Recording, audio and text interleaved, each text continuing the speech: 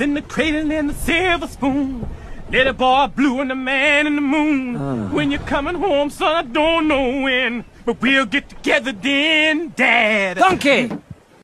Bonjour, j'espère que vous allez bien. Je suis enfin de retour.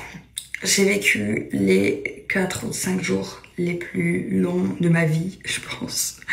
Le petit a au final deux double otites, 2 otites plus une angine. Et depuis lundi à peu près, donc il allait pas très bien ce week-end, et depuis lundi il a 39,7 de fièvre sous Doliprane. Toutes les 5 heures parce que les 6 heures c'était pas possible, il tenait pas. Et sans Doliprane il était à 40. Donc du coup je suis allée plusieurs fois à l'hôpital, plusieurs fois chez le médecin, il y avait rien. Et en fait hier j'y suis retournée chez la pédiatre qui m'a dit que ça y est, parce que l'inflammation peut arriver après, des fois c'est comme ça.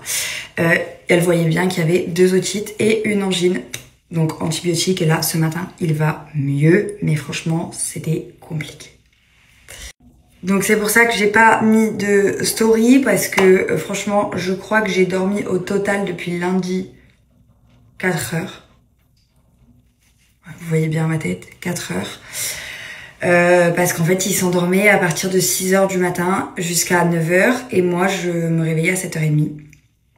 J'arrivais plus à dormir, je stressais tellement, je pense que vraiment seules les mamans peuvent comprendre, j'avais le cœur brisé de le voir dans cet état, parce que c'était pas seulement de la fièvre, il était léthargique.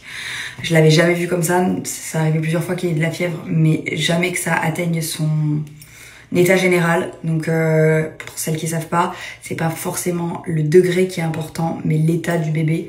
Donc il peut avoir 40 et super bien le supporter, ça sera rien, mais s'il a 38,5 et qu'il le supporte mal, ça peut être grave. Donc il faut vraiment faire attention à l'état, et là il avait les deux, donc c'était compliqué mentalement et physiquement.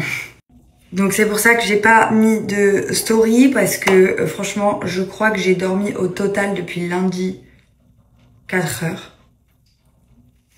Vous voyez bien ma tête, 4 heures. Parce qu'en fait il s'endormait à partir de 6 heures du matin jusqu'à 9 heures, et moi je me réveillais à 7h30.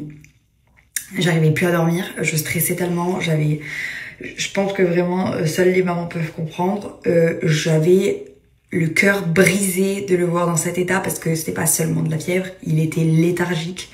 Je l'avais jamais vu comme ça, ça arrivait plusieurs fois qu'il y ait de la fièvre, mais jamais que ça atteigne son état général. Donc pour celles qui savent pas, c'est pas forcément le degré qui est important, mais l'état du bébé.